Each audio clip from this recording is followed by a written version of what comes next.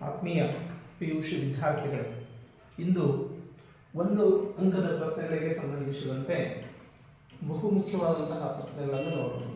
So ಇದರಲ್ಲಿ ಏನಿದೆ ಅಂತಂದರೆ, ಪ್ರತಿಪಾದಕರು ಯಾರು, ಜನಕ, ಪಿತಾಮಹ, ಪರಿಕಲ್ಪನೆಯನ್ನು ಪರಿಚಯಿಸಿದವರು ಯಾರು ಅಂತ ಹೇಳಿ ಕೆಲವೊಂದು ಅಷ್ಟು ಅಧ್ಯಾಯಗಳು ಸೇರಿ ಸಂಗ್ರಹ ಮಾಡಿರುವಂತಹ ಕೆಲವೊಂದು ಪ್ರಶ್ನೆಗಳು. ಸೊ ಇಲ್ಲಿ ಒಂದೇ ಪರಿಕಲ್ಪನೆ ನೋಡ್ರಿ ಏನಿದೆ.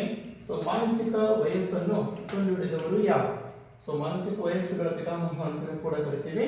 ಅವರನ್ನು ಆಲ್ಫ್ರೆಡ್ ಬೀನೆ ಅಂತ. ಎರಡನೇದು ಬುದ್ಧಿಶಕ್ತಿ ಸೂಚ್ಯಂಕ ಅಂದ್ರೆ ಬುದ್ಧಿಲಬ್ಧವನ್ನು ಕಂಡುಹಿಡಿದವರು ವಿಲಿಯಂ ಸ್ಟರ್ನ್ ಅಂತ. ಮೂರನೇದು ವೈಯಕ್ತಿಕ ಬುದ್ಧಿಶಕ್ತಿ ಪರೀಕ್ಷೆಗಳ ಪಿತಾಮಹ ಎಂದು ಯಾರನ್ನು ಕರೆಯಲಾಗುತ್ತದೆ? ಅದು ಆಲ್ಫ್ರೆಡ್ ಬೀನೆ. ಇದು ನಾಲ್ಕನೇದು ಸಾಮೂಹಿಕ ಬುದ್ಧಿಶಕ್ತಿ ಪರೀಕ್ಷೆಗಳನ್ನು ಕಂಡುಹಿಡಿದವರು ಯಾರು? ಅದು ಆರ್ಥರ್ ಓಟಿಸ್ ಅಂತ ಹೇಳಿ. ಯಾರ್ದ್ರಿ ಸಾಮೂಹಿಕ ಬುದ್ಧಿಶಕ್ತಿ ಪರೀಕ್ಷೆಯನ್ನು ಆರ್ಥರ್ ಓಟಿಸ್ ಅಂತ ಹೇಳಿ. ಈಗದ್ದು ಸಂವೇಗಾತ್ಮಕ ಬುದ್ಧಿಶಕ್ತಿಯನ್ನು ರೂಪಿಸಿದವರು ಯಾರು? ಸಂವೇಗಾತ್ಮಕ ಬುದ್ಧಿಶಕ್ತಿಯನ್ನು ರೂಪಿಸಿದವರು ಯಾರು? ಯಾರೇ? ಪೀಟರ್ ಸಾಲೋವೈ ಮತ್ತು ಜಾನ್ ಮೇಯರ್ ಅಂತ ಹೇಳಿ.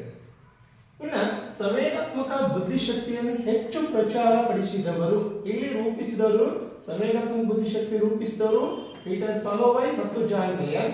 ಬಟ್ ಇದನ್ನು ಹೆಚ್ಚು ಪ್ರಚಾರ ಮಾಡಿದವರು ಯಾರು ಅಂತಂದ್ರೆ ಡೇನಿಯಲ್ ಗೋಲ್ಮನ್ ಅಂತ ಹೇಳಿ. ಇನ್ನು ಏಳನೇದು ಕಥಾ ಸಂಪ್ರದರ್ಶನ ಪರೀಕ್ಷೆ ಅಂದ್ರೆ TAT ಅಂತ ಕರಿತೀವಿ. TAT ಅನ್ನು ರೂಪಿಸಿದವರು ಮುರ್ರೆ ಮತ್ತು ಮಾರ್ಗನ್ ಅಂತ ಹೇಳಿ. ಇನ್ನು ಎಂಟನೇದು ಬುದ್ಧಿಮಂಥನ ಅಂದ್ರೆ ಮನಮಂಥನ ತಂತ್ರವನ್ನು ರೂಪಿಸಿದವರು ಯಾರು? ಅದನ್ನು ಆಸ್ಬಾರ್ನ್ ಅಂತ ಹೇಳಿ ಮಾಡಿದ್ದಾರೆ, ಪರಿಚಯಿಸಿದ್ದಾರೆ. ಇನ್ನು ಒಂಬತ್ತನೇದು ಮಸಿ ಒತ್ತಿನ ಗುರುತು ಪರೀಕ್ಷೆ. ಮಸಿ ಒತ್ತಿನ ಗುರುತು ಪರೀಕ್ಷೆ ಇದನ್ನು ರೋಶಾಕ್ ಅಂತ ಕರಿತೀವಿ. ರೋಶಾಕರ ಮಸಿ ಗುರುತಿನ ಪರೀಕ್ಷೆ ಅಂತ ಹೇಳಿ. ಇನ್ನು ಹತ್ತನೇದು ನಿರ್ವಹಣಾ ಕೌಶಲ್ಯಗಳನ್ನು ವರ್ಗೀಕರಿಸಿದವರು ಯಾರು? ನಿರ್ವಹಣಾ ಕೌಶಲ್ಯಗಳನ್ನು ವರ್ಗೀಕರಿಸಿದವರು ಡೇನಿಯಲ್ ಕಟ್ಜೆ ಅಂತ ಹೇಳಿ. ಇಲ್ಲ ನೆಕ್ಸ್ಟ್ 11ನೇದು PDCA. ಈ PDCA ಪ್ರಕ್ರಿಯೆಯ ಜನಕ ಅಂತ ಹೇಳಿ ಅದನ್ನು ಕರಿತೀವಿ ಎಡ್ವರ್ಡ್ ಡೆಮಿಂಗ್ ಅಂತ ಹೇಳಿ. ಯಾರಂದ್ರೆ ಎಡ್ವರ್ಡ್ ಡೆಮಿಂಗ್. ಇನ್ನು ವಿಶ್ವವ್ಯಾಪಿ ಜಾಲ ಅಂದ್ರೆ WWW ಇದನ್ನು ವಿಸ್ತರಿಸಿ ಅಂತ ಕೊಡ್ತಾರೆ, ಅಂದ್ರೆ ವರ್ಲ್ಡ್ ವೈಡ್ ವೆಬ್ ಅಂತ ಹೇಳಿ. ಇದನ್ನು ಪರಿಚಯಿಸಿದವರು ಯಾರೇ?